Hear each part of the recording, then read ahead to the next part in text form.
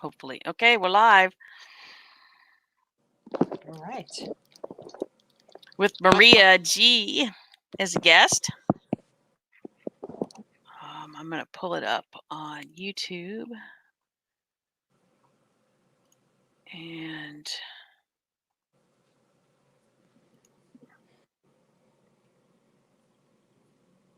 I can't pull it up on YouTube there. I have to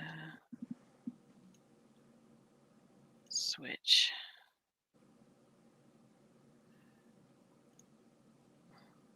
Why is this not working? Switch.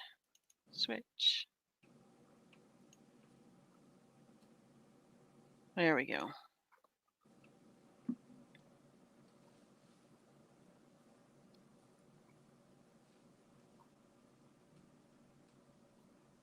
Oh, evidently there's a new thing on YouTube. It's telling me press the Alt key to pause the chat, then point to a message to delete it. Wow. You can block the user or take other actions from that point. Huh. It says, let us know how this works for you from the options menu at the top right of the chat. Way to go. Interesting. Way to go, YouTube. They're finally catching up. Yeah. Hi, Evie Bubbles. I'm still a little shocked. I found out that Logitech bought Streamlabs. Oh, really? Yes, that could mean some good things. Maybe Streamlabs will get this kind of thing implemented in it, and I can just use Streamlabs for everything. That would be nice. Nice. It would be nice.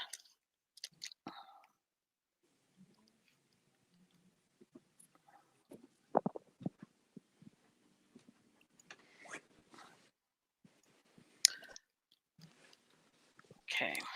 All right. So we are here to talk about the Amber Guyger case that is still in the news, it seems, for various reasons.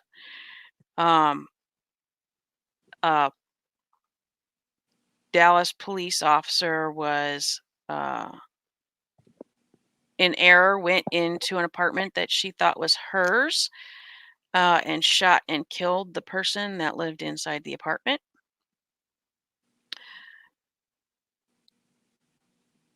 And they just went through the trial, and she was convicted and of murder and got 10 years. So I guess, why don't we talk about the trial first? Like, what did you think of the trial itself?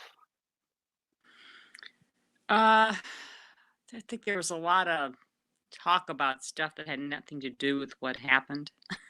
Because I'm finding in a lot of these trials. I guess, I don't know why they talk about some of the stuff. I just think to me, it seemed like such a clean and cut and dry situation that we didn't need all the other filler in it. Certainly the prosecution was could not stand them. Right. Well, I do understand that all of the evidence has to come from the jury box, basically, and they have to, put their articles of evidence in. But I was not under the impression that they were at all disputing the fact that she, in error, went into this apartment and shot and killed this man. I was under the assumption that the contention was more about, yes, she's not guilty of murder because this, was an accident. It wasn't intentional. She was mistaken. So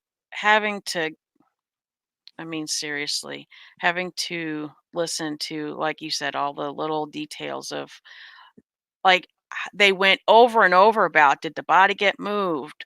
Did the body stay in the same place? Was this picture taken before, anybody moved anything? And oh my gosh, the ice cream was still frozen and in the bowl. I mean, I don't know what any of that had to do with anything, because it didn't matter. It did not matter the trajectory um, of the bullet, or which bullet was first and which bullet was second. I mean, none of those things really mattered when she admitted, yes, I thought I was walking into my apartment.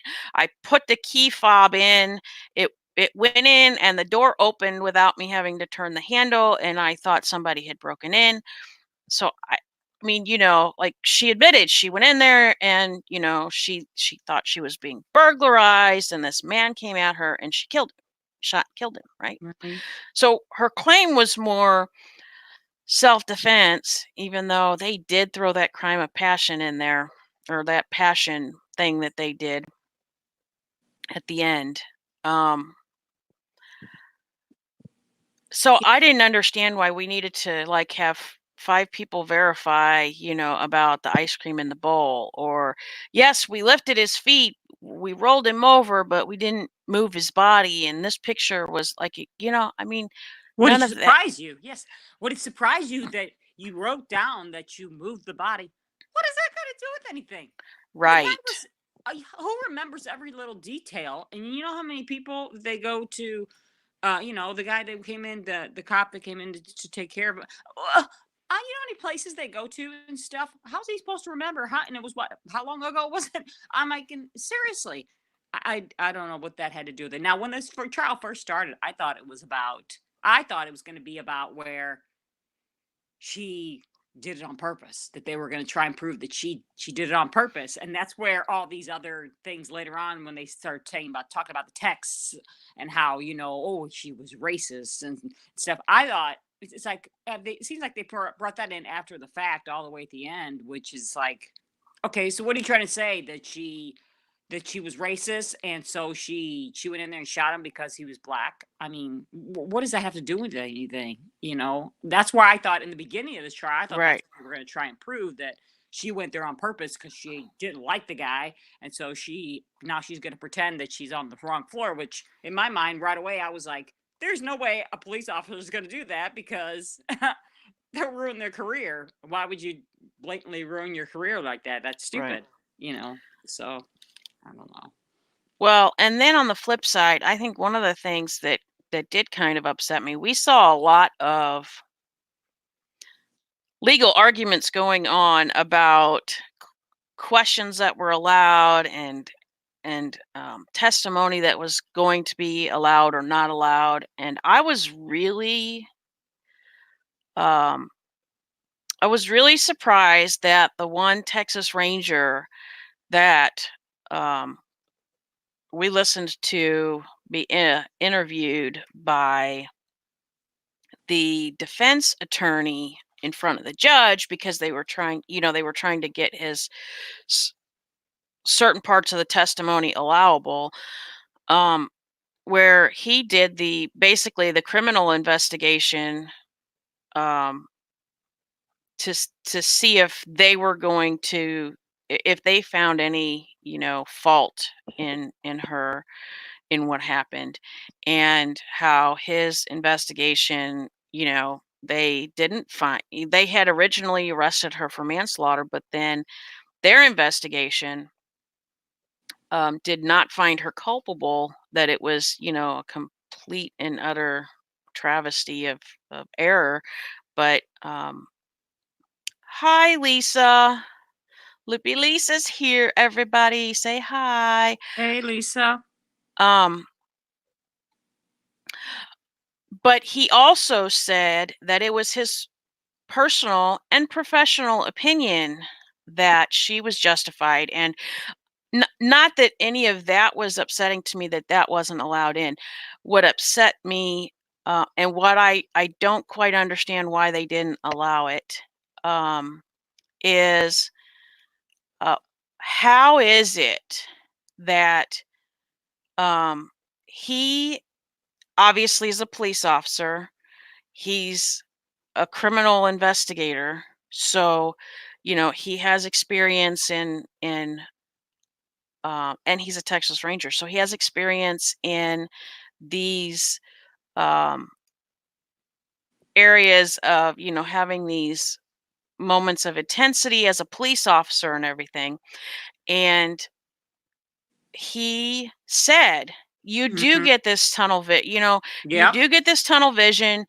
All you can focus on is the person that you think is a threat to you." And this is the Yep. way they train them too. So Exactly. not only that, their heart gets pumping to the point that their eyes actually it can cause this to Yes. happen where you get Mhm. tunnel vision, and um you all you can see is the person in front of you. And they even asked him, is it just the person as a whole you see, or is there a certain part of the person that you see?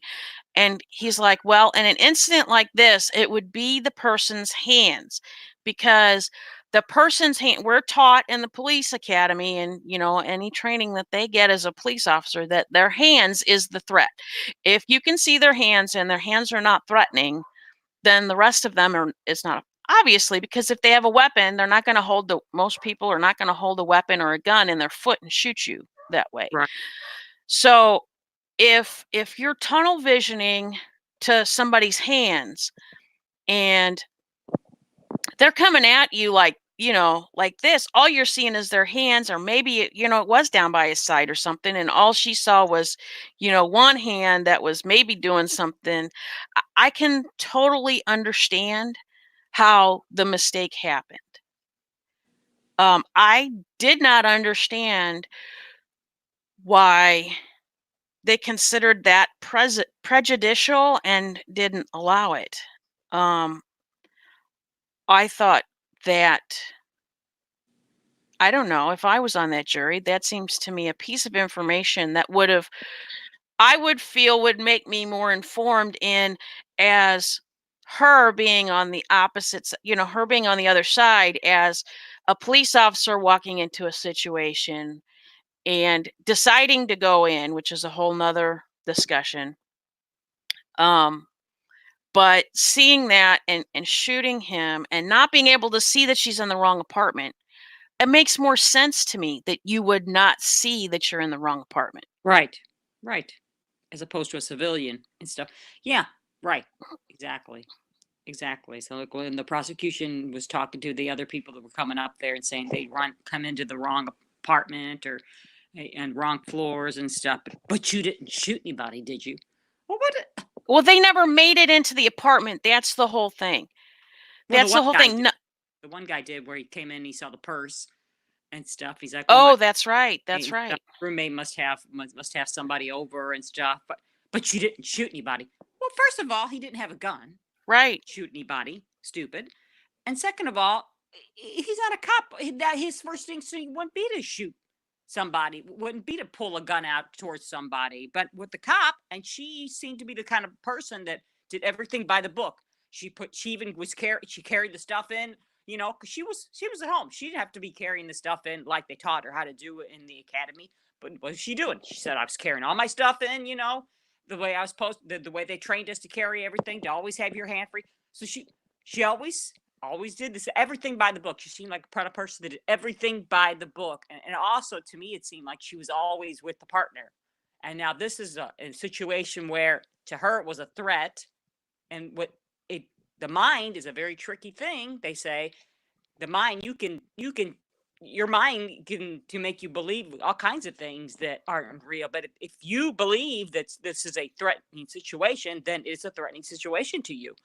She was in that situation. That was her mind frame, and she was by herself this time. There's nobody else with her. So, I mean, she wasn't maybe thinking logically. Maybe I should cough her back up, or she instantly did what she thought she had to do. I mean, yeah, there's all kinds of other things she could have done, but if you have to be in that situation to say, okay, I would have done something different. I don't know. I don't know. I don't know. She obviously panicked. I'm sure she panicked. She was by herself for the first time, I'm thinking, and she panicked. Well, and that, to me, therein lies a huge problem for me. So, I went back and forth on this case. Like, at first I was like, "Oh, this is kind of ridiculous of her to react this way." And then I was like, "Well, no, I am kind of a little sympathetic to um the position she was in. And then, I kind of moved more, I think, in the middle. But I do have to wonder if, first of all, you're a female. I mean, I'm a female. Uh-huh. And I mean, for instance, in this house, right? I have a loaded gun in case somebody comes in, particularly when my husband is not here, so that I can make sure that the kids and I are safe. Hmm. If somebody came in that door, I do not think that my first reaction would be to shoot them. You know, I would likely, give them an opportunity to leave. But Right. if they came at me or, moved toward me or was aggressive, I absolutely would shoot them. Of course, you know, my kids are involved, or at least one of my children are involved. And um so I think that's a different kind of scenario, but I do think that it can bring up the same kind of feelings. Um, we do have sorry, that was my phone. Turn the sound off. Um, I do think that we have a lot, at least in this state, we have a lot of people that have conceal and carry permits. My dad has a conceal and carry permit. He was in a situation where he had a road rage person that thought was under the assumption, and it's very possible that my dad cut him off on the road, followed him all the way home, aggressively came into my dad's garage, Hmm. um, yelling at him, threatening him, and my dad set his gun on the seat of his car, and the guy saw it, and he's like, "I'm calling the cops because you have a gun," and he's like, "Go ahead." And the cops ended up coming and told the guy he was really lucky that my dad could have killed him and he would have been completely justified because the guy was being aggressive to him on his own property. And so I looked at him and I said, "Dad, why didn't you shoot him?" And he said, "Because wouldn't that have been a terrible way for somebody to have to die, Hmm. being that stupid?" And I said, "Yeah, it would be." He goes, "But you know what? If your kids had been with me, I would not have hesitated. They Right. would have been taking him out in a body bag." So there's a difference in the thought process there. So to me, I guess the threat having to be escalated, like if my kids were there, of course I would rather overreact to protect them Right. and deal with the repercussions. I just am not sure why one she decided to one as a female. I mean, yes, she has a gun, but if she's never been in a situation where she's by herself, um, in that kind of scenario, like, I don't know, why would you don't know what's on the other side. There could have been like 5 people in there playing Russian roulette. I mean, you just Right. have Yeah. no idea. So I don't know why it was her first instinct to go in. Although I also don't know what would happen if I put my key fob into a door that I believed was my apartment door and it just kind of started swinging open or, pushing open. I don't know. I I think that's the difference. The difference is it's not like it was, I don't know, she was somewhere else and stuff, that she was by herself and she was waiting for people to come and stuff, and so she was going to wait or call for backup. I think it was the fact that she was already in her mind disarmed and chilling because she was going home, and in her mind this was her apartment, and the door kind of swung open and she's like, who's in my place.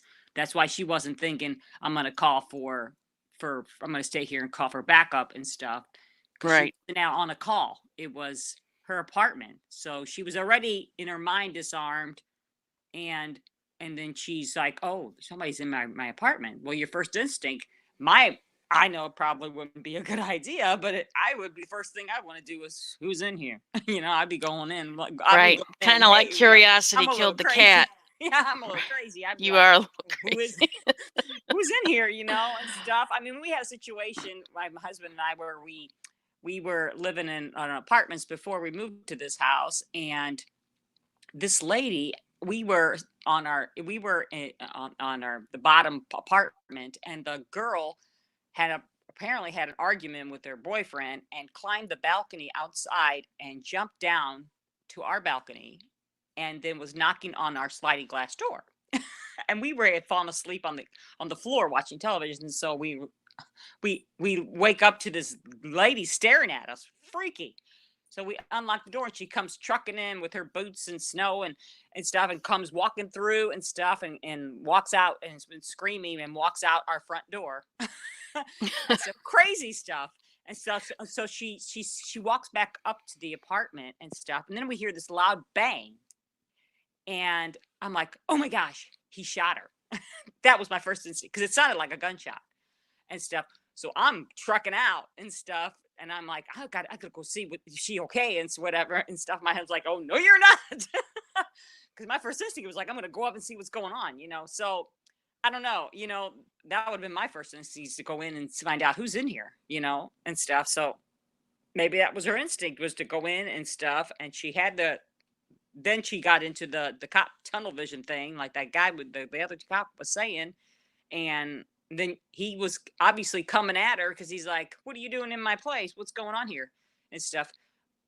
Even though it was his apartment and somebody's walking into it and stuff, the fact that he saw a cop in a uniform, your first instinct should be to put your hands up. I don't know.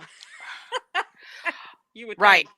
Well, Lisa said, if you have the initial thought that you have intruders, then that will fill your mind and you will become focused on that and lose your surroundings. Well, that's true, but they Right. actually say that the fact that your adrenaline gets going and your heart gets pumping really when you're when you're in a situation like that, as far as cops tend to have this happen. Um, it gives you tunnel vision. It's something about the way the blood flow to your eyes ends up being, and you literally get tunnel vision, and they have to focus that tunnel vision on the right thing. So I yes, I can see how there is a possibility that if you have a gun strapped to your side, like maybe that would just be your instinct if you're a cop to own, this is my job, right? This is my job to find the intruder. Okay, so and then you grab your gun and you end up going in. Hmm. Now, then it becomes, did she actually say, show me your hands? I actually believe that she probably did. That Yeah. if she's running on this instinct, she absolutely would have said that. Yeah. And that goes to she did everything by the book.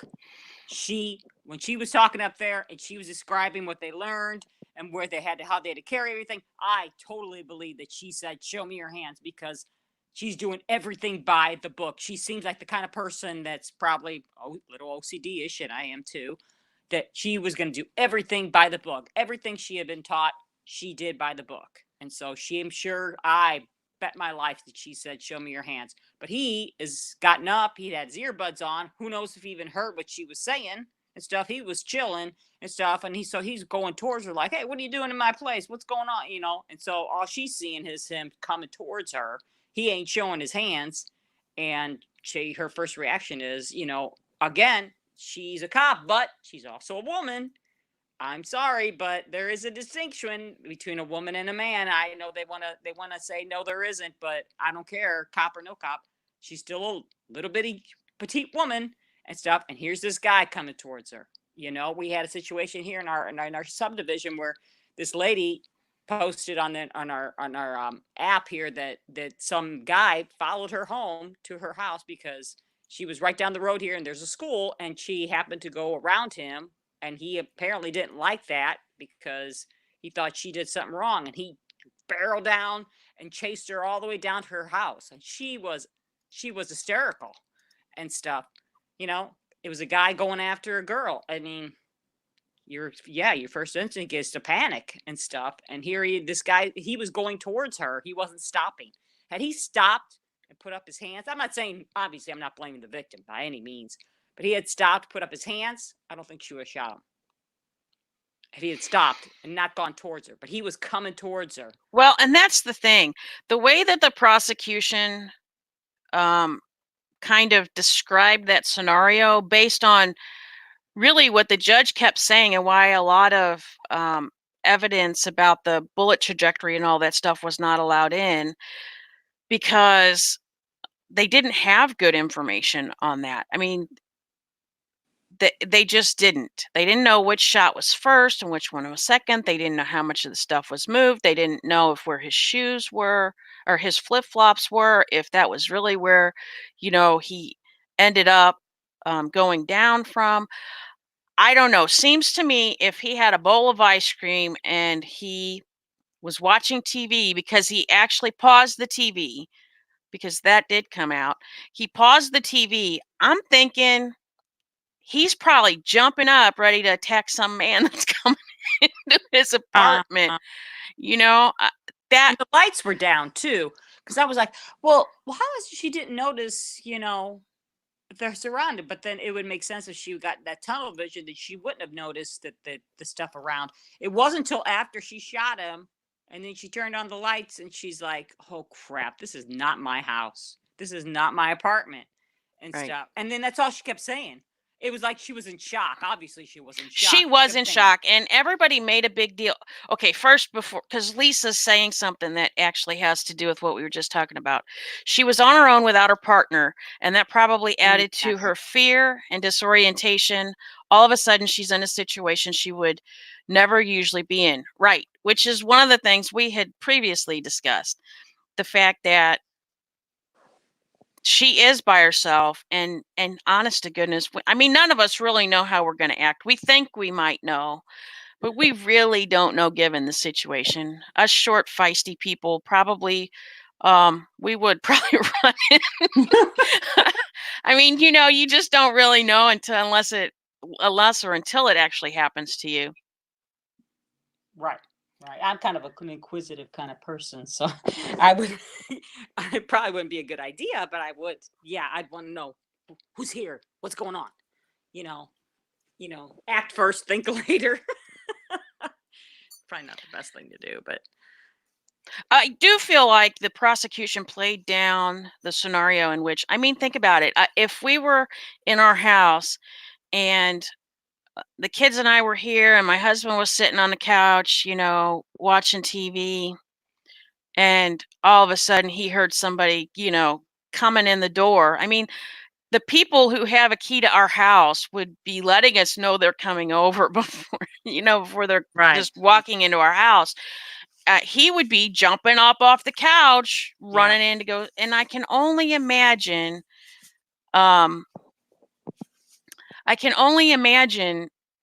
How aggressively he'd be approaching that person, and so I'm not at all saying that this guy asked for this. Not at all. This was a completely horrible, horrible, horrible situation, and he certainly did not deserve to die. But I also could see where it would be natural for a grown male to be jumping off the couch to run to go see. mm-hmm. And that could have added to the confusion with her coming in and him going that way. Right. Absolutely. I mean, he like I keep saying, if he would have stopped, put up his hands, then she probably wouldn't have shot him. Well, right. Paused. She would have paused. And that's the question. I believe she said that. I mean, and I believe she would have said it in her police officer voice, because she's kind of in that mode at this point. And I think that because he didn't, I'm going to have to guess that he didn't react swiftly to that. Show me your hands. I mean, I don't know if even if somebody was breaking in the house and I went running at them, right, and they had a gun pointed at me and said, "Show me your hands." I think that if I didn't have a gun on me, I would absolutely be, you know, lifting up my hands trying to figure out how the hell I'm going to get out of this situation, you know? Right.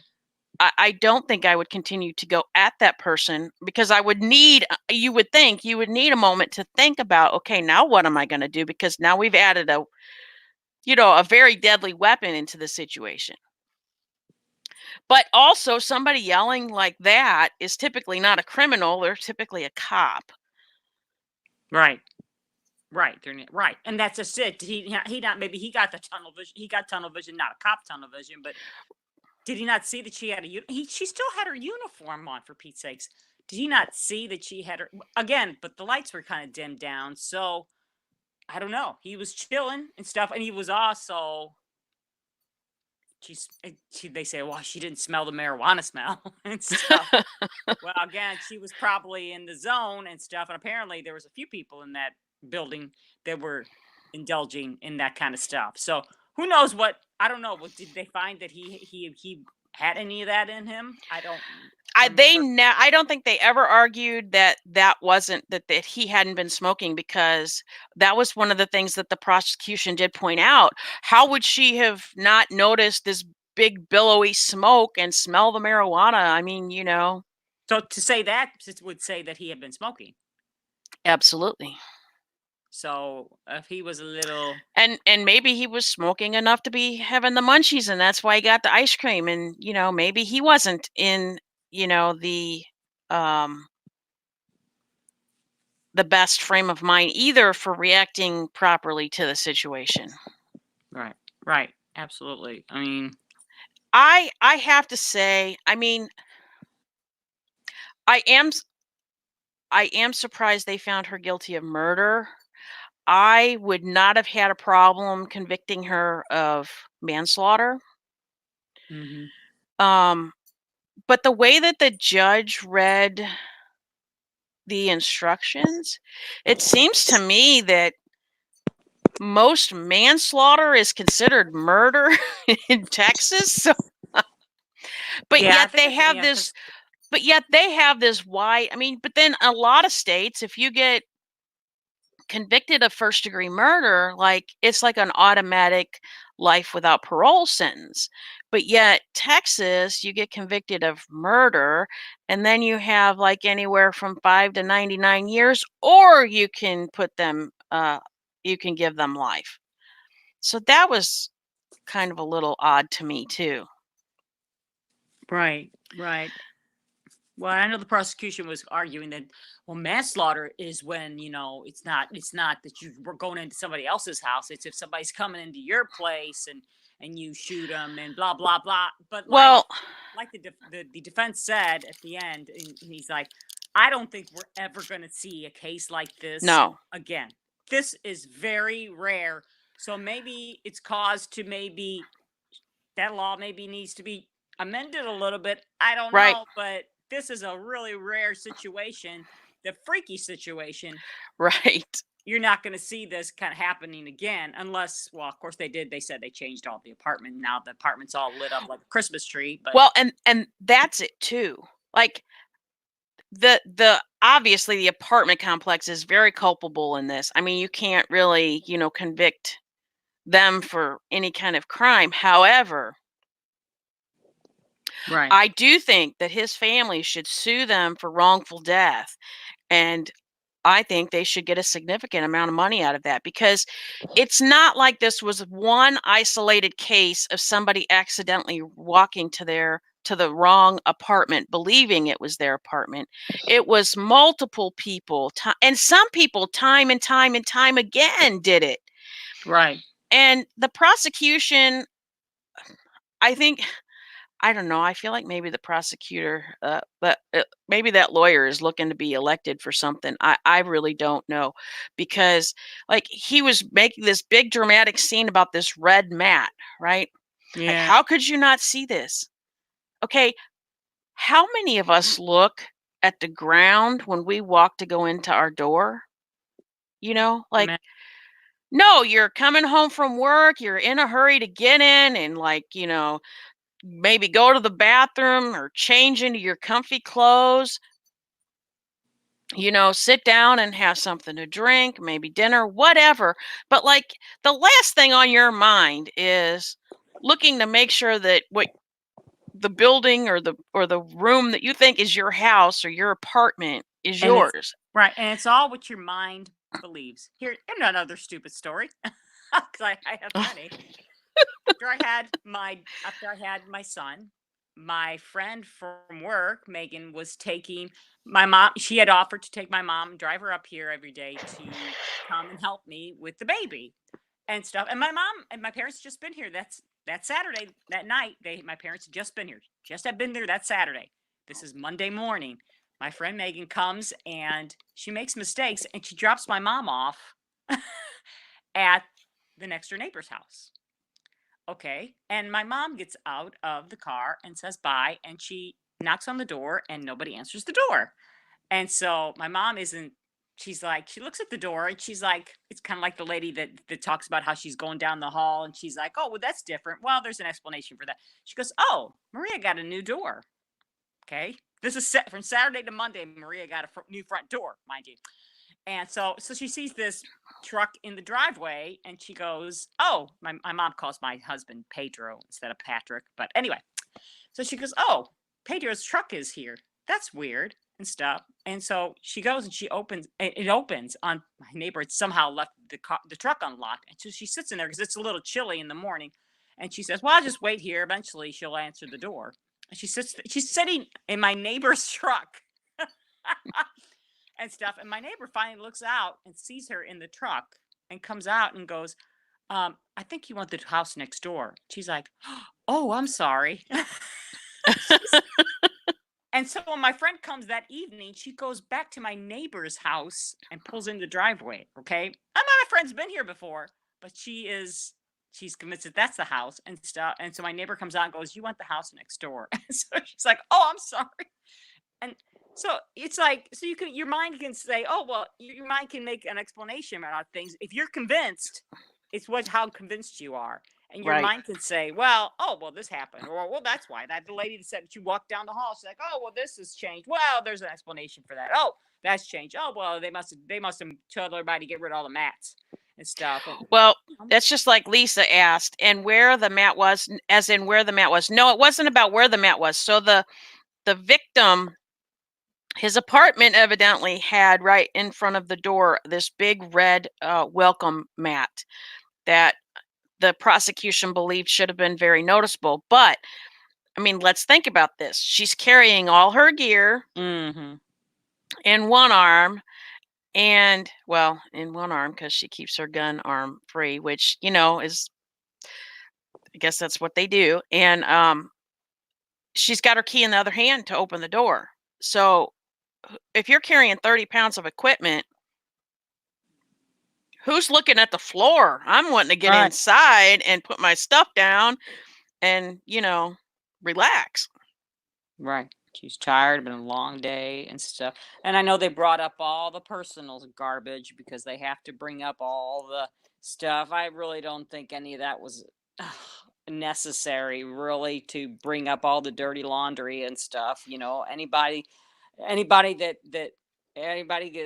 they would open up somebody's closet and stuff. Nobody is squeaky clean and stuff. So to bring up all that other stuff and to say, well, okay, maybe she was distracted. Sure, she was distracted. I'm sure she was distracted. But again, she was off duty. It's not like she was on duty and she was distracted, or she was on a call and she was distracted. She shot the wrong person. No, she was off duty. So she could be distracted as much as she wants and stuff.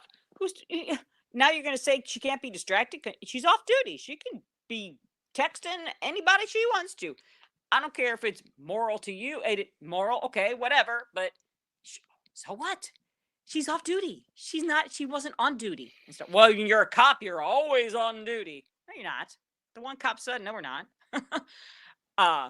But in her mind, she was still following the letter of the book, because that's why I tell you. I know she said, "Show me your hands," because she followed everything by the book because she carried the stuff in, and even though she was off duty, she's still doing everything she's supposed to be doing and stuff. But she might have been distracted. She might have been distracted texting that, fine man. I didn't think he was fine, but you know. Um, so she was probably, yeah, distracted in that situation and stuff. But okay, it's unfortunate that the man died. I feel bad for his mom, the whole family. It is unfortunate and stuff. But I don't know. I just I think that jail is and prison is supposed to be for criminals and people that are gonna commit the offense again, and you're trying to protect the society from somebody that's gonna commit this offense again. That their intent is to go out and kill people, and they're bad, and they're gonna try and steal. A stealer is gonna always go out and steal again. A murderer is gonna go out and kill again. This is neither. This is just a unfortunate mistake, accident, unintentional, whatever Lisa, you want. what do you mean by does that include taking drugs? Does what include taking drugs? Um, Also, so since you brought up the texting, one of the things that does bother me, although I don't know that it actually would have any change in outcome to getting him help. I mean, he was shot in the heart. Let's face it, they use hollow point bullets. Those are made for, Mhm. causing the most damage. Um, and um,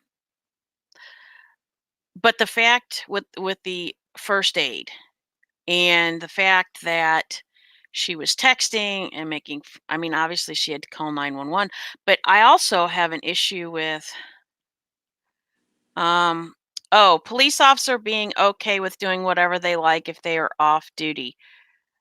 Um the To a Okay, certain so point. the only no, no, if drugs are illegal, they cannot Right. No. really they Oh, cannot be no, doing no. anything illegal. No, when I was saying Um that, I was saying the no, texting. Lisa per- said police officer being okay with doing whatever they like if they're off duty. Mhm. Um the thing about that, they only ever found that she ever admitted to ever smoking pot like 3 times. I don't think drugs was ever an issue. Like Yeah. I don't even know that they drug tested her in that. Cops get drug tested anyway, but um that really wasn't an issue. So she literally said that she had the first time she tried it, she was a teenager in high school at some party or with her friends or something. She tried it. And then the other 2 times was at like friends' birthday parties or some kind of something or another. Um Maybe when she was in her early 20s, I think they Mhm. said. Yeah. No, it's not okay for police officers to be doing drugs. I don't even in places like Colorado where it's legal, I do not think it's okay for them to be doing drugs because they're carrying guns. I'm sorry, you shouldn't be anywhere near a gun and doing any drugs. Mhm. Yeah, like what I was saying that's their free time as far as texting or talking to someone on the phone, their personal business. I'm not saying illegal business. It's And good never okay to morning, be Mrs. illegal. Roger Rabbit. Also, Lisa said, "Oh, okay, I read somewhere that she had been taking something." No, as a matter of fact, that would have been certainly something the prosecution would have pounded on. Oh, And yeah, of course. and it wasn't even mentioned except for when I think they were trying to discredit her with her honesty when they were going through um her employment application for the um Fort Worth Police Department. The question about have you ever taken drugs was on there, and that's where those 3 things came out. Mhm. Okay, so back to the texting during the whole not giving first aid and not being on the phone with 911. What did you think about that? Well, I think she did the right thing. She called 911 immediately. And then she was texting her partner, right?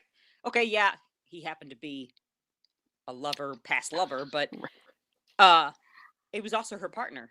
Right. A cop's gonna get a hold of their partner right away. Help me. She was scared. She was alone. You know, help me. And the cops were there. What, in 2 minutes? 2 minutes. They said the cops were there. Well, yeah, because it's like a block or two away. The police department Right. building. He was older. I don't know how old he is, but he seemed like he was an older. Well, he'd been a cop for 16 years. So I mean, so she was his her partner. She looked up to him. She's like, I need you. It's like calling your dad. Hello, help, come, help, rescue me. So that's why she was texting him. She wasn't texting him, hey baby. You know, Hello. They made it sound like, oh, well, you're texting him instead of giving him, CPR. Okay, well, I've never had any kind of training in that life skills or whatever and stuff, but I don't know. Giving him CPR, I don't know what would have helped him in that situation. She did the right thing right away by calling 911. It's not like she prolonged the issue and like, what am I gonna do? I'm screwed. What am I gonna do? Yeah, I she said that, but yeah, I would be thinking that too. Oh my gosh, I just screwed up really royally bad. I shot an innocent man. My career's over. Everything's over. Yeah, that's all going to go through your mind all at one I time. I do think she was in a bit of shock. I will say this as somebody who has been trained multiple times in first aid. Hmm. Um, for a gunshot wound to the chest, the the best thing you can do is try to minimize bleeding if you can. You're right. I'm going to be honest, I even myself would be hesitant to give chest compressions to keep the blood pumping because that Yeah. could make things worse and not better. Right. So, um, I don't know that I fault her in that. I also don't think anything in her backpack was going to help that situation at No, all. I am quite sure that a lot of his bleeding was internal. Um, because she didn't get any blood on her hands. Oh, you didn't get any right. blood on your hands. Well, here's the thing, when you think about it, so, um, those hollow point bullets that I mean, most police departments use, they go in and they're made to mushroom out once they get Right. inside the body.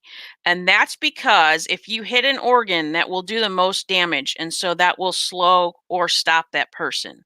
Hmm. Yes, you're supposed to aim at the chest. So think about that. You're either going to hit the heart or the lungs if you're a decent shot, which you kind of have to be on the police department. Um, so you're wanting to cause the most amount of damage to those two things, one of those two things, and those bullets are made to do that. They don't um they don't tend to like people in drive-by shootings and stuff, those guys are using like, those AK 15s or AR whatever they are. Um those are shooting completely different bullets that are made to go through things. So they do shoot right through cars, right through people, right through, police gear, right through, all kinds of stuff. Um so I I I don't think anything in her backpack, the little first aid kit that they were, dramatically bringing out and saying you Right. didn't use any of this. Um I, I'm sorry. There's the only thing that could happen to save him would be for paramedics to get there quickly and get And him to the she did. hospital uh very quickly. AK-47 Yep. or AR-15. Thank you for correcting me because I'd say I don't have any of those, but my son does have one that he bought for practicing for the military, uh, and I believe it's still in this house right now. But um, we don't buy those kind of guns. Those are people hunting guns, and I don't believe in hunting people. So, Hmm. I mean, obviously, in the military, that's a whole different that's a whole different thing. But If she didn't care about the guy she shot, as the prosecution was trying to make it seem, she wouldn't have called 911 right away. She would have been like, She would have sat there and been like, "What am I gonna do? I am so screwed. If they Well, find out about this, right, I hope for considering nobody sure." heard her, nobody saw what happened, like, she Right. could have gotten out and nobody would have known. I'm gonna back out of here. Yeah, yeah. I mean, I've never been in these situations, but I watch a lot of ton of crime shows and whatever and stuff. And there's your intention. Are you gonna call the police right away? Are you gonna call 911 right away? Or are you gonna, are you gonna like, oh gosh, what am I gonna do? You think about it. What am I gonna do? And she didn't pause or hesitate or whatever. I don't think that he was gonna survive. Now she paused and waited a while to call 911 and waited a while to call anybody, sat there and thought about it and didn't, then okay, all right, you kind of screwed up there, but she called 911 right away. She stayed on the phone with them right away. The thing, she went out to the hallway. Wow, she was out in the hallway. She didn't care about the guy inside. She went out to the hallway because, again, she didn't want them to get confused because that Well, and apartment they told her building. to. They told her to get out. The paramedics told her to get out. But I mean, this before when she was trying to lead them. I'm over here. I'm over here. Oh, yeah. Because the place is so janky and stuff. You don't know what floor you're on. You don't know where. She didn't want them to get confused. She's like, "Oh, hello, I'm over here. Get in here."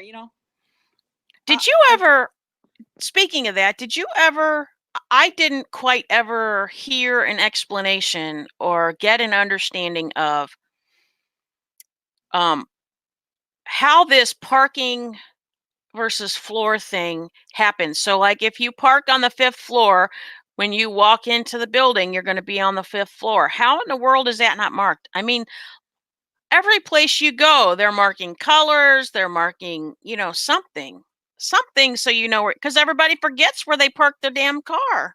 Right. That's true. But I guess if you're already parked on that apartment floor, you're going to automatically walk out and be already on that floor parked. So you're not going to forget what floor you're parked on because you're going to be parked on the same floor that you live on. See what I'm saying? I mean, I don't know if you. I don't know. Was there an elevator that they took? I don't. There is Yeah, an they had. elevator, There but was an elevator. think about this. If you, okay, at least like my kid's pediatrician, right?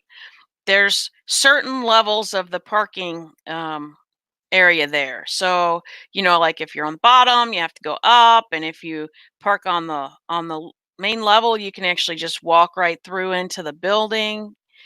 Up and then you have to get in the elevator to go up to their doctor's floor.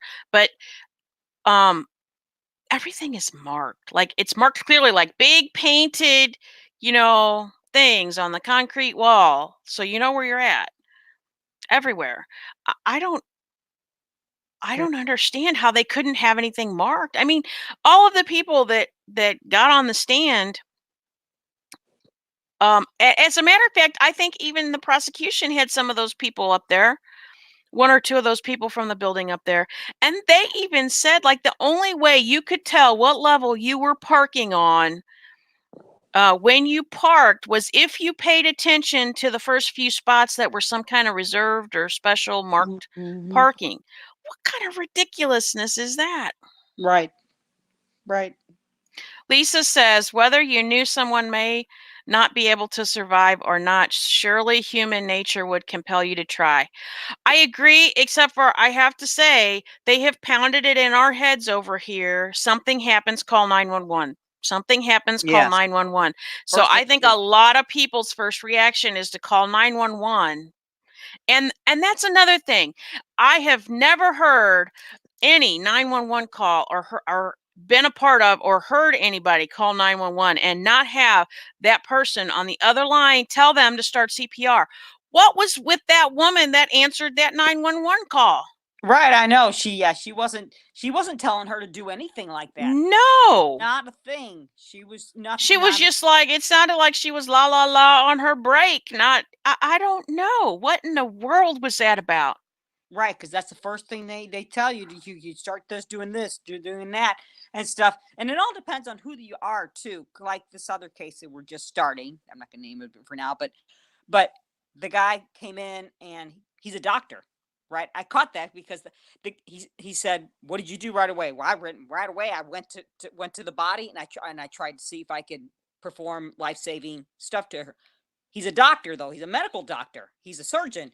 It's the first thing he was going to do before he even called 911. If you're already trained and all that stuff, you're going to be trying to help the patient right away before you even call 911. Then he was like, "Oh well, she's gone. She's too late for all that." So then that's when he went and called the cops and 911 and stuff. But it all depends on who you are too and stuff. But just because you've had classes on the stuff doesn't mean when you're in a life situation that you're going to know what to do in that situation too. And plus, if you're in shock, you turn on the lights and you're like, "Oh." Now had that actually been her apartment, she may not have been as much shock. But the fact that she opened up and she's like, "Oh my gosh, I'm in the wrong See, place." and I do think that that's another thing that plays into this is after she realized she was in the wrong place, like I can only imagine the utter shock that your body would go into realizing what Yeah. the hell you just did. And Mrs. Roger Rabbit said the police are trained for that here too. It's a felony not to render aid. Mm. Mm-hmm. Um, yeah, I mean, I can only imagine. I guess the only analogy I can think of to try to figure out how I would feel is it would be like you thinking somebody broke into your house. Right. And so you grab the gun and you shoot them and you find out it's your spouse. Mm-hmm. Oh yeah. And how many times has that That happened? would send you into such big shock. Like, I don't even know if you could think to even render aid. The fact that you'd be able to think to even call 911 to me would be something because I don't know. I mean, I would be probably completely and utterly devastated and shocked. I don't know how you would react in a situation like that. Oh yeah, you would be just be in total shock. Like, "Oh my gosh, what did I just do?"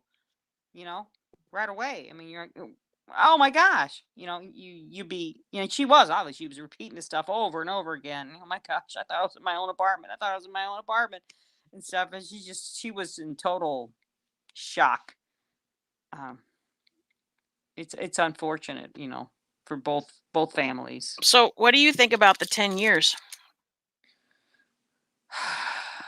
I I I I know the family, and I think his family was disappointed. I could tell. I was watching them and stuff when they gave out the verdict. They were not happy with it. That's for sure. They wanted justice, but I don't know. I have a thing where it's not going to bring him back and stuff. Ruining her life. Her life is already ruined. And stuff. Putting her in prison again. I keep saying that the jails and the prisons, something has changed here, at least in this country. The jails and the prisons are supposed to be for the bad guys, the people that are doing bad things. That are gonna you got they're supposed to be protecting us, the innocent people, from these people that are out to get us and try and kill us and stuff. Not these people that are, you know, I don't know. Maybe a fine would have been something, but how do you put a price tag on a person's life? I don't know. They didn't give her a fine apparently. But I think the jails are for the guilty people. I think she needs counseling, and she'd be better off going to I don't want to say a loony bin because that's, that's a bad term for it, to some place so she can get psychological help because she's gonna need it for a long, long, long. It Okay, sounds like she's okay. got a So lot. Mrs. Roger Rabbit says, remember the case like that? The wife was charged with murder. I don't remember that case, but then Loopy Lisa says, didn't that happen to Oscar Pistorius? I don't know who that is, but Yeah, obviously yeah, I need yeah. to. The runner that doesn't have any legs. Remember? No, I don't. Oh, you don't know him? Yeah, he puts these things. He puts his stuff on his legs and he runs and And stuff. well, there's a bunch of people that don't have legs that run, so I don't know who that Oh is. yeah. Oh, Mrs. Roger Rabbit says it's a joke and an insult to the victim. I'm guessing that's about the 10 years. Then Lisa says, bit controversial. Sorry, no problem. I that's fine. I can deal with that. Mrs. Roger Rabbit says, I can't remember it, Loopy Lisa. We had a case over here where they proved she absolutely knew it was her husband. Lisa said, that's tragic. And then Casbat said, South African athlete. Okay, so right, that must be that other case. Okay. right. I think that if I was his family, I would not think 10 years was justice.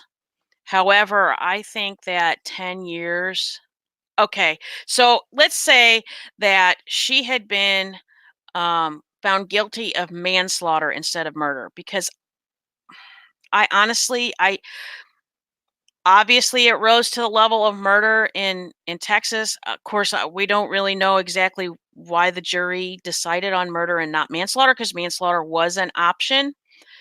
I do think that if I had found her guilty of manslaughter, I think 10 years would have been probably about what I would have suggested.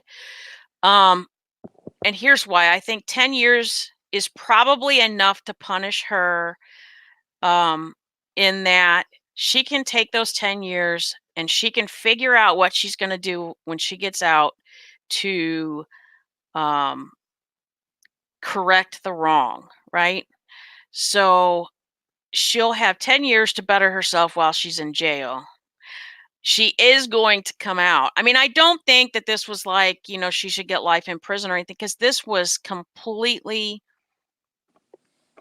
as much as I hate to say unintentional, because I mean, she had the gun and intentionally shot him. It was it was due to a crazy set of circumstances that could probably not possibly repeat itself ever again. She's going to punish herself for the rest of her life. I don't even think she needs the way she is and stuff that the kind of person that I took her to be. She's going to be punishing herself for the rest of her life. I would be that kind of person. I would be punishing myself. I wouldn't need anybody to put me in a jail. I already Right. would put myself.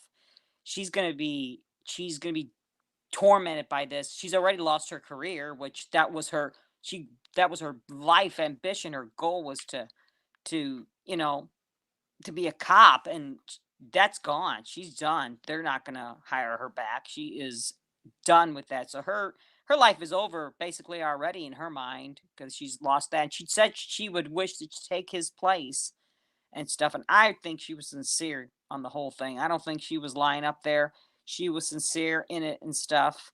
And okay, I guess that's fine. They got to give her 10 years. I'm glad they didn't give her life because that would have just been stupid. And I don't think that she should have gotten the murder conviction because this was not murder. To me, murder is a bad guy person that's going to kill somebody just because they hate them, whatever, just because. That to me was is what murder is. This was not intentionally. Yes, she went in there to intentionally. She said it because she's a cop, but it's not intentionally that she hated this guy or she wanted him dead or for some hate reason or you know what I'm saying. It wasn't Right. that she was going in there to kill. That was not on her mind to go in there and kill somebody today. I'm going to go in there and kill somebody today. That's what I want to do today. I woke up and I'm going to go kill somebody. That's not. So That wasn't it. So Mrs. Roger Rabbit says, I think the rise of officer related crimes may be calling for them to be held to a higher standard. They know the law well enough to know better. I agree with that. I agree with that. And I'm going to put up her next comment before we actually go dive into this. 10 years as a police officer in jail is going to be brutal, but convicting her of murder, then giving her 10 years nearly caused a riot. And I agree with that. I don't understand why they found her guilty of murder. I mean, if Okay, so then she also says, I don't think they proved murder. The mitigating circumstances in this case have me unable to decide if it was deliberate or not. Right. I think that she wholeheartedly thought she was at her apartment, which was Yep. one of the things that they needed to decide. So it is possible that they decided no, she didn't think she was at her apartment, which I don't understand how they could think that. But it is possible that they all agreed on that. Um, I don't think they proved murder. I think they proved manslaughter easily, and I Yes. think 10 years with a manslaughter would be completely adequate. Yeah. Because there's a lot of people that get convicted of manslaughter and they only get 5 or 8 years. Yeah. Um, but if that was someone I loved, this is Lisa, that was killed in their own home during doing nothing wrong, I would want to see them punished. I agree, Lisa. And that was the thing that I kept arguing with Maria Yeah. about, is Then this because, is where we differ. right, because I cannot. see a circumstance in which an innocent person gets killed and the person who kills them should not be punished. Because he did nothing wrong. He absolutely did nothing wrong. And I do think that Mrs. Roger Rabbit is right in that police officers um, have been making some very large mistakes lately across the country and causing problems. And holding them to a higher standard is certainly one way of dealing with that. But here's the other problem I see. And we live in a place that is very high in crime. And there's a problem getting qualified police officers. So I mean, in the city they make it worse here because they have to live in the city, and nobody wants to live in the city because there's so much crime in the city. And so trying to find quality police officers is difficult. Plus, they don't offer them a lot of money. So there does need to be somewhat of an overhaul of the system in that, because here anyway, I think we're being counterproductive to trying to fight crime in that we pay officers so little that they have to work a secondary job to take care of their family. And the fact that a lot of them are being bought off by drug dealers, as disheartening as that is, I mean, it is not shocking in that we pay them so little and they need to feed their family and their kids. And, let's face it, they have such a risky job that they should be being paid enough money that they can support their family and their wife stay home with their kids. Because you never know when they go to work if they're coming home. I think it's ridiculous that we pay them so little. Let's see. Mrs. Roger Rabbit says, right, if this had been reversed with a drug dealer walking into a police officer's place accidentally, I guarantee they would be doing life. Well, but a drug dealer would have a criminal background. Like, she has no criminal background. I mean, and that is something that you do have to take into consideration. And the fact that, is recidivism a problem here? I don't think so. This is like I mean, it's like never, I doubt they're ever going to find a case that this has ever happened like this before, and it will probably never happen again. It is such a unique thing. Or worse, do we enforce the death penalty in this state? Well, we do. We just killed somebody. Was that last week? Yeah, there was somebody. Yeah. Oh, yeah. They still do the death penalty and whatever. In Texas, they make much more than firefighters, but that's another scandal. Oh, here, like, they do not make enough money. Every police officer I know that is a patrol level police officer, they all work secondary jobs because they don't earn enough money. It's like that for all first responders these days. Okay, and then Lisa says something happened that may have been an accident, but it is still to be taken responsibility for. You can't just say, oh, well, accidents happen, someone died. I agree. I agree wholeheartedly, which is another thing that Maria and I disagree. Through this case, Maria and I had some words for certain about this because, I'm sorry, you don't just go, oops, I made a mistake. I mean, because let's face it, if that was okay, what about these drive-bys by these gangs? When they shoot the wrong people, and then they're going to go, oops, we hit the wrong person. Sorry, we made a mistake. I mean, criminals. Yeah, but you can't let some people get away with that and not others. Like, you can't just go, oops, I'm sorry. Like, this is not a oops, I'm sorry. Walking into the wrong house and sitting down and eating a jar of somebody's pickles and watching TV, that's a serious oops, I'm sorry, but nobody died, right? Nobody got hurt, nobody died. What about the person that walked in and took a shower and all that stuff? Like there are some crazy things that happen in this world, but when somebody dies, like we need to value life, each person's life, more than oops, I'm sorry, it was an accident. Mm-hmm. Miss Roger Rash was saying that she didn't render aid, but she did. She called 911. We have no knock case going on. They get away with a lot more than they should. She didn't render aid. That said more than anything anyone is giving it credit for. She didn't even try to save him.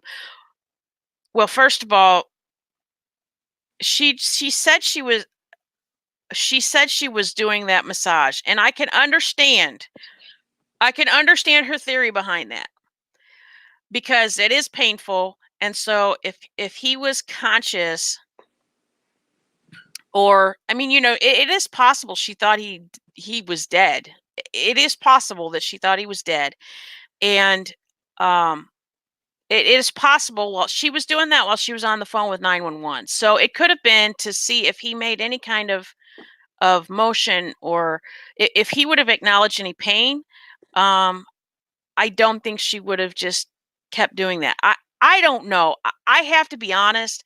If I knew I had just shot somebody, and you're not seeing a lot of blood, um and you're trying to get EMS there, I think, to me, somebody who is that critical, um it is more important to get EMS there, because I'm going to tell you, I don't care how much you're pumping blood that's not pumping because their heart has just exploded.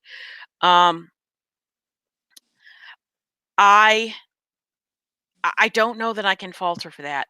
I could fault her for that if they had said, "Oh my gosh, he was sitting there for a half hour, nobody," like that would be a totally different thing. But they got there in like 2 minutes. 2 minutes, and then we go back to the 911 operator, and the 911 operator said, "Okay, start doing this." Right? I've seen enough of the shows and stuff to see, okay, they start doing exactly what they tell them to do. But she didn't tell her to do anything and stuff. She wasn't helping because either. she was in shock. And that was apparent just listening to like how scattered she was with what she was saying. And what the hell was with that 911 operator? I mean, I have never, ever heard of a 911 call where they didn't go, "Have you checked for a pulse?" I mean, that's what they're there for. They're trying to calm you down. They're trying to get you to assess the situation so that they have the information they need to tell the EMS and the police or whoever they're sending when they're on their way. And yet that woman was just like, "Oh, okay. Okay, you did what? You're the one that what's your name again?" I'm like, "Are you kidding me? How many people are now going to call EMS and say, 'I'm a police officer, get help here,' and take off?" And, the 911 I can't imagine why the 911 operator did not say, "Check for a pulse, where's the wound? Is it bleeding a lot?" All these questions. That's like they have a book sitting there that's supposed to that they kind of go through, asking them all these questions and filling out these forms. Why on earth was she not doing that? Right. And she's not a doctor. She's not a doctor, so she's not going to check for a pulse right away. She's not thinking that. First of all, she's shocked because she turned on the light and someone's like, "Oh my gosh, I am not even in my house. Oh my gosh." That's your first shock and stuff, because let's face it, we are creatures of habit, I mean, in her mind, she was in her house.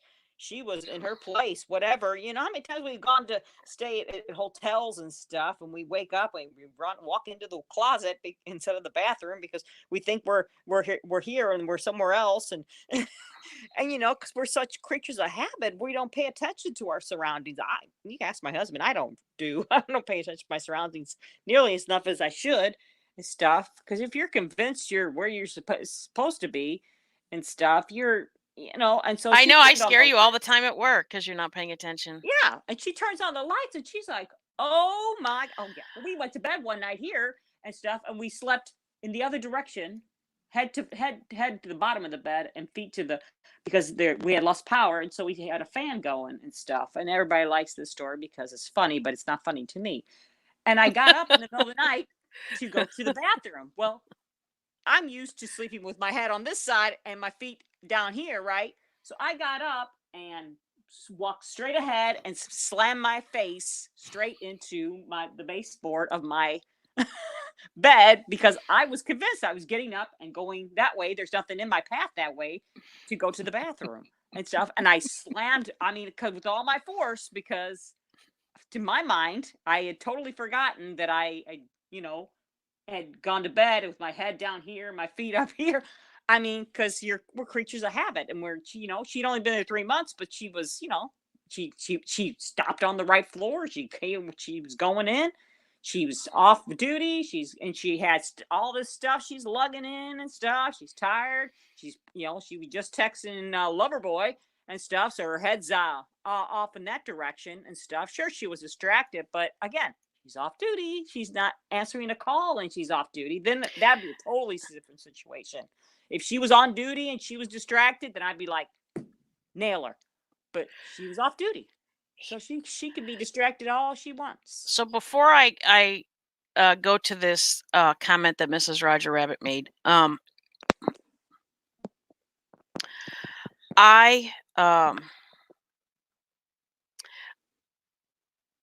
do think we are creatures of habit. I also think that this is such a strange situation, in that how many times can you think of a scenario in which somebody shoots you, and one, they're going to stay and call 911, and two, they're going to render aid? I mean, let's just think about that. So the fact that she was willing to do any of that, first of all, says something about her character. And two, I can only imagine how shocked she was in the fact that she realized that she was in the wrong place and she just shot somebody that she shouldn't have. I can't even imagine. So Mrs. Roger Rabbit says, now something they haven't explained very well at all. Keys aren't universal. How did her key open his door? Okay, so you obviously didn't catch this part. But those keys are not universal. And what happened was, his particular door, when they installed the brass plate for the door handle, it wasn't as flush or something that it was supposed to be. So if he didn't like really push it hard closed, it didn't latch. So the reason why, when she put her key in, because anybody could put their key fob in, the reason why the door pushed open was not because her key worked for his apartment. It's because the door wasn't latched properly. And that was also another fault of the apartment complex. It was ajar, wasn't it? Because she's like, oh, my door is open. What's up with that? And stuff. It was like a jar. It's like, what's up with that, dude? Close your door and lock it when you get in the house. What? Right, because if that door had latched, none of this would have happened. Yep. The door would have been locked. If that door had been working properly, and I'm going to tell you, I know here in Missouri, because my parents have had rental property, and so we know this law very well. You have to have a secure premises for your tenants, which means the doors and windows have to work and lock properly. So they are certainly have to be culpable for all of that. And I think they should file a wrongful death suit. And that's who the family should go after. Yes, the apartment. Okay, Lisa has to pop out to take her daughter to work because it's pouring rain there. Okay, drive safe. That's who they should go after, is the apartment complex. Put the fault where it belongs. Right. She needs to be punished for shooting him. I don't disagree with that. However, I think the majority of the fault of this whole scenario being able to happen is on that complex, because there's so many things that they could have done that would have prevented this from ever happening. They could have their parking levels marked properly. They could have the floor that you're on marked properly when you come in from the parking lot. They Mhm. could have the doors marked better. Like, I'm sorry, but I've lived in an apartment before. I I was not about to look up every time I went to open my door. I mean, if you put the key in it, I mean, my mom had this happen. She bought a when she bought a new car, Mhm. how you forget what car you're looking for in the Mhm. parking lot, and she walked up to a car, looked exactly like her car. She Mhm. put the key in, she opened the door, she sat in the car and thought, my stuff's not in here. Who took my stuff? And then she realized she was not in her car. She was in somebody else's car. Yep. Yep. I've done the same So thing. they could have marked that better, and then his door worked properly. If his door had worked properly, none of this would have happened because the door wouldn't have pushed open. She would have put her key in the thing, and it wouldn't have worked, and she would have gone, and she would have looked up or looked down, and she would have gone, oh, this is not my apartment. And Yep. considering she'd only been there for 2 months, I think that's what they said, right? She'd only been 2 or living there 3 like months. two, right, Yeah. right. So it had been like years and years. So maybe this was the first time this actually happened to her, Right. and she didn't know that this was, a common problem. Mind over matter. I did the same thing when we first got my Jeep and stuff. I went out. I was going to Walgreens. I parked the Jeep. I don't always remember where I parked. I came back out and it was my Jeep. It was this other person's Jeep that I thought was my Jeep. Then there was another vehicle and then there was my Jeep on the other side. Well, I came out and the Jeep looked identical to my Jeep. In my mind, I'm just coming out and I go to press the button to unlock my Jeep. And it's not unlocking. I hear the doo doo doo. Cop, the other Jeep is right around the corner, right? But I don't see it. And I'm going doo doo doo. It's not unlocking. It's not unlocking. I got so aggravated and mad. I called my husband. I go, I cannot get into this Jeep. It is not unlocking for me and stuff. I don't know what's going on. He's like, well, you've tried this. Have you tried that? And I'm like, I mean, you uh, he can attest. I was going crazy. I could not get into this Jeep, and I kept pressing the button, and it wasn't unlocking and stuff. And he's laughing right now because I'm telling the story and stuff until I finally realized, oh, you dummy, that's the wrong. You had the wrong car. That's why it's not unlocking for you. But so, but in my mind, and then I looked down. Then I looked down, and I noticed, oh, the tire wheels are different. See, it took me a minute, but then I looked down and I'm like, oh, the tire wheels are different. That's why I should have noticed that, but I didn't notice that because in my mind, that was my car. Why isn't it not unlocking? And if I Right. come out of the car and if I'd come out of the store and I saw somebody sitting in my car, you don't think I would have gotten a little ticked off? Like, hey, what are you doing sitting in my car? I would have been like, hey, you're in my car. And then I would look stupid because they would have like, no, this is not your car. This is my car. So again, it's all in what her mind. And no, nobody could say what her mind was, but that cop got up there and he gave a pretty good explanation of what, and he was an experienced cop, but he said, yeah, you get that tunnel vision and stuff, and you know, that's all you're seeing and stuff. So she had that going on, the tunnel vision going on because she's a cop, and then she also had the this is my place thing. She had the civilian and the cop going through her mind. Plus, she was a woman, and there's a guy. Right. It's a woman and a guy. I'm sorry, it's always going to be an unfair fight, even though she was a cop. Whatever, you know. Here's a guy. He's coming at me. She had three whammies against her. Three whammies. I tell Okay, you. Mrs. Roger Rabbit said, next time I go to visit my granddaughter, I'm going to have to see if I can find this place. I'm curious about how the parking is marked now. Yeah, I think you should also make sure that you takes a video of that so we can Yeah, see. that'd be great. That'd be very, very, very good. Because I know they said they have changed it now. They've updated the Right. apartment complex. Right, but all you have to do is imagine it without the markings.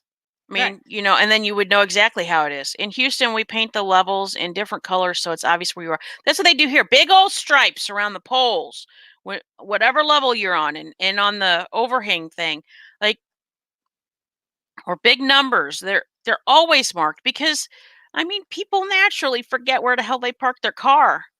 Fine. Who's going to expect that you're going to have somebody walk up to the wrong door, wrong apartment door, be able to enter and shoot somebody? I mean, it doesn't happen. And it should never happen again. I can't see it possibly happen again. Now that they've marked the building, of course, they had not marked the building. You saw how many people that screwed it up. How many people had already gone to the wrong floors, the wrong apartment buildings, so yeah, but now the apartment buildings like we better change some things or we get in trouble. Well, right, and they're changing it after the fact, even though they've been the tenants have been saying they have been complaining about it. So why didn't they change it before somebody had to die? Why did it take somebody dying before they, I mean, they're supposed to be providing a safe environment for people. That's not safe when people can be confused and try to go into the wrong person's apartment. And then to not even have his door latched properly. That's beyond me. I don't understand it at all. Right. And he didn't check to see if it was latched properly either. I'm not blaming the victim, but you should, kind of lock your door. As a safety thing, you should definitely make sure your door is closed and locked. I agree. Right. Mrs. Roger Rabbit said, "Oh, you know it. I'll just have to wait for spring. They get snow up there. That's fine. We'll be awaiting the spring video of what this place looks like."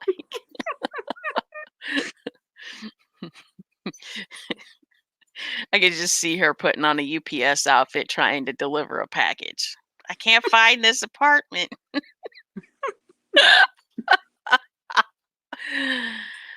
All right. Does anybody else have any other comments or anything else about this case? I think that was a pretty good discussion, though, considering. Yeah. I mean, we ended up in the beginning. It looked like we were on opposite spectrums, but as we went along and stuff, it seemed like we were both basically on the right perspective there on. Except, I think that, I think murder was not a good idea because now it's on a record forever and ever and ever and ever, murder. But manslaughter would have been a little bit more culpable and more easier to swallow. And the fact then, the 10 years doesn't go with murder. No, I agree with you. 10 years, but so the family, as soon as they heard murder, they're like, oh yeah, they're gonna nail her to the wall again. He ain't coming back though once you nail her to the wall.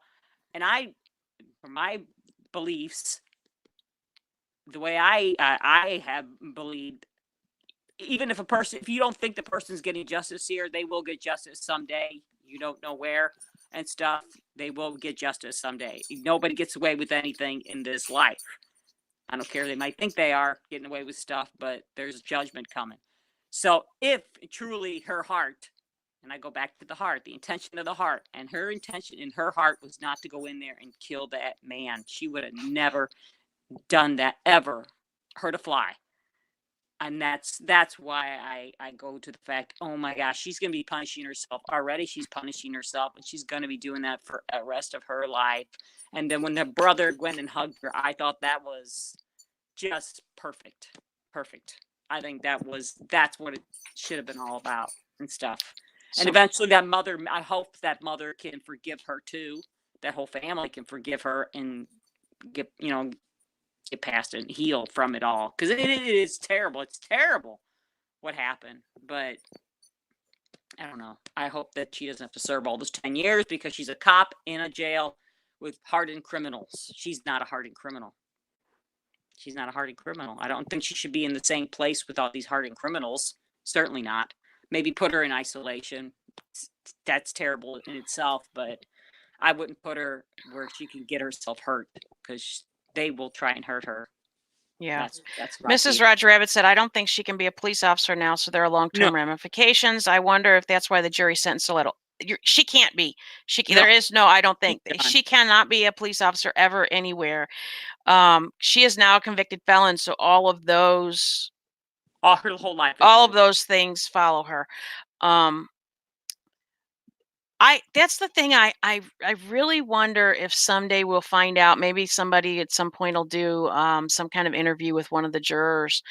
Why they chose murder? Because I think that manslaughter and the sentence she got go more hand in hand. And now they've got people practically rioting and picketing and all this stuff about, you know, I, I don't, I don't know. This case is just so heart I think it's wrenching. had to do with what the prosecutor kept drilling. I think that had something to do with it, the way he kept drilling it.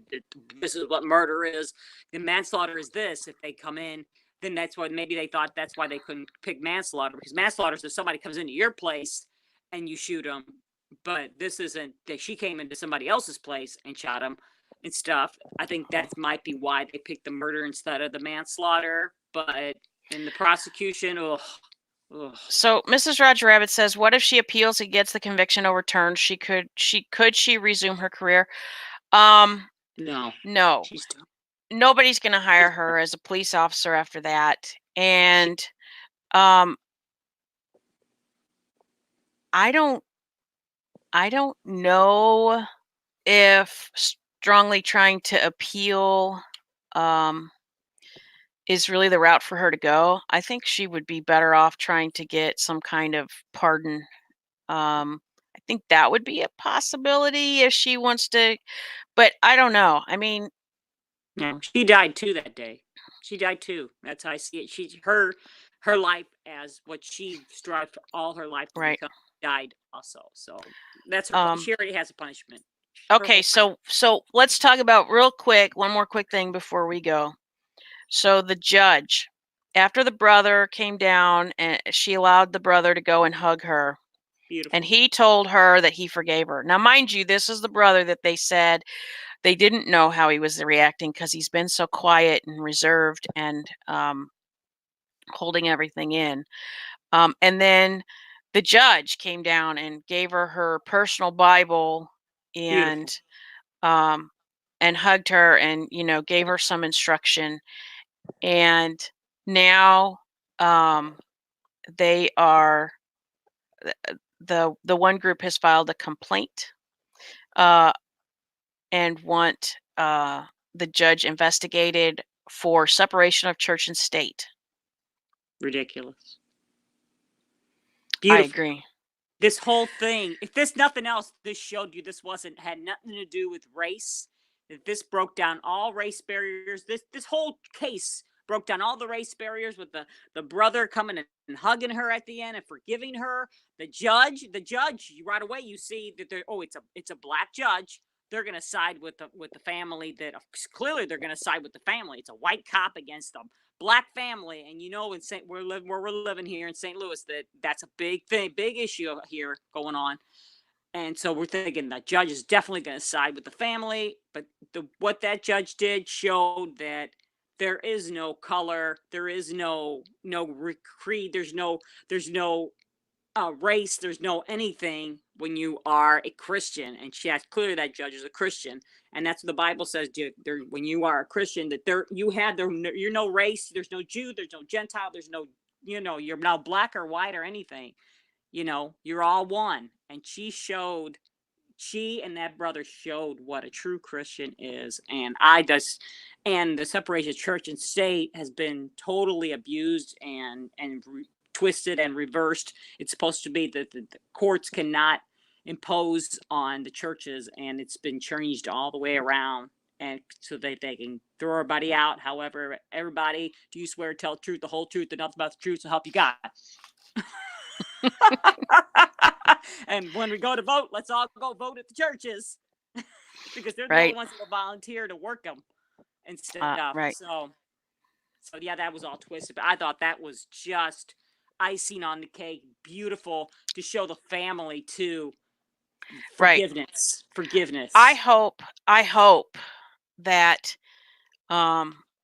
this shows people what kindness can do. Yes. And I hope that this judge does not get reprimanded, and I hope that everybody backs her up in what she did. As a matter of fact, the prosecuting attorney that just got elected, like during that case was going on, I read an article about this, said that this was before they filed the complaint, that if anybody filed a complaint against her, he would back her up 100%, that judge, because he thought that she had every right to do what she did.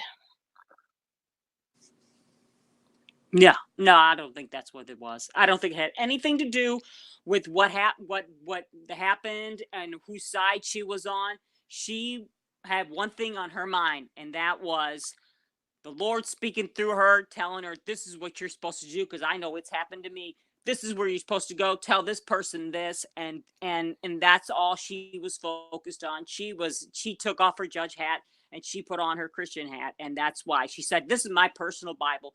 Open this up, and this is what you read." She wasn't saying, She's not saying, "Oh, I know that you got a raw deal here and stuff. I'm going to try and get you out." No, that's not what she was saying. She was saying, "Here, this is what you need right now. This is what you need. And the Lord's speaking through me to tell you this is what you need." That's what she needed. She needed a hug, because what she didn't do that intentionally. That was not her intention of the heart. And the Bible's all about, the God says it's about the heart. God judges your heart, and she was judged that day on her heart, and she didn't mean to do that. She did not mean to kill that Right.